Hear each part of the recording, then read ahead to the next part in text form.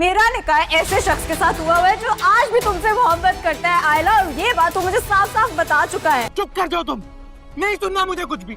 जाओ बाहर यहाँ से। जो घर आए मेहमान हैं वो क्या सोचेंगे कि दामाद तो घर में घूम रहा है और सगी बेटी नहीं है, फिर दामाद को भी ना बुलाएं। हाथ नहीं लगाओ यार, मैं अच्छा नहीं होता। मेरी जान, मेरी तुम ये क्यों भूल जाती हो बार बार कि तुम्हारा निकाह हो चुका है? जाना जरूरी है।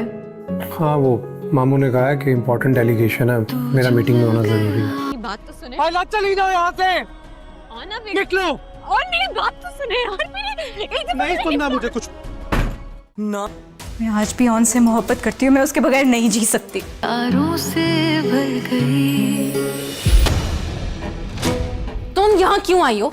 रिमला और शामी दोनों ही एक दूसरे से शादी नहीं करना चाहते। रिमला बहुत ही ज़्यादा शातिर और मक्कार औरत है और वो शामी से यही बात कहती है, मैंने तुम्हें कितनी दफ़ा समझाया लेकिन कभी भी तुम अपने इरादे में कामयाब नहीं हो सके। अब मैं तुम्हें बताती हूँ कि कैसे अपने इरादों में कामयाब हुआ जाता है और अब मैं तुम्हें ऑन और आयला के दरमियान दूरियाँ भी पैदा करके दिखाऊंगी। और शामी इस बात से बहुत ही ज़्यादा खुश भी हो जाता है और रिमला जानबूझकर उसी वक्त आयला से मिलने उसके घर जाने वाली है, जबकि उसको ये बात मालूम है ऑन भी घर पर होगा और ऑन अपने कमरे में रेडी हो रहा होता है और दरवाजे पर बेल बजती है। जब आयला देखेगी कि सामने रिमला खड़ी है तो उसके पैरों तले से ज़मीन निकल जाएगी। उसको यकीन नहीं आ रहा होगा कि आखिरकार रिमला को यहाँ का पता कैसे चला और वो यहाँ पर क्या लेने आई है। और रिमला आयला से यही बात कहती है, मुझे तुमसे बहुत ज़रूरी बात करनी है। तो आयला यही बात कहती है, मुझे तुमसे कोई भी बात नहीं करनी और तुम यहाँ पर आई ही क्यों हो। तो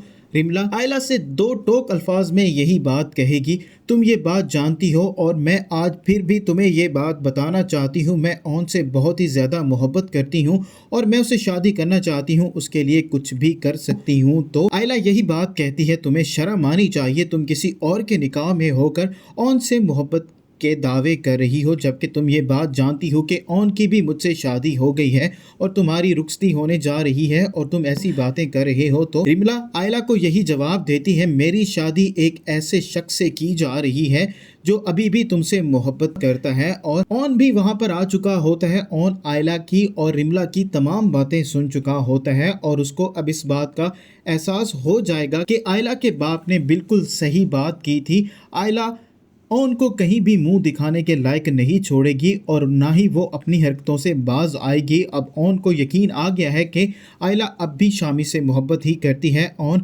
रिमला को तो वहां से इंसल्ट करने के बाद धक्के मारकर निकाल देता है, लेकिन अब आयला बहुत ज़्यादा घबरा चुकी होती है और वो ऑन से यही बात कहती है, मुझे बात करने का, सफाई देने का मौका तो दो। और ऑन उसके सामने हाथ जोड़ेगा और उसे यही बात करेगा, मुझे तुमसे कोई भी बात नहीं करनी और खुदा के वास्ते मेरा पीछा छोड़ दो, मेरी जान छोड़ दो। लेकिन जैसे ही आयला ऑन के साथ ज़बरदस्ती उसको अपनी बात सुनाने की कोशिश करेगी, ऑन को बहुत ज़्यादा गुस्सा आएगा और वो गुस्से में आयला को अपने रूम से बाहर निकाल देगा और उसकी कोई भी बात नहीं सुनेगा।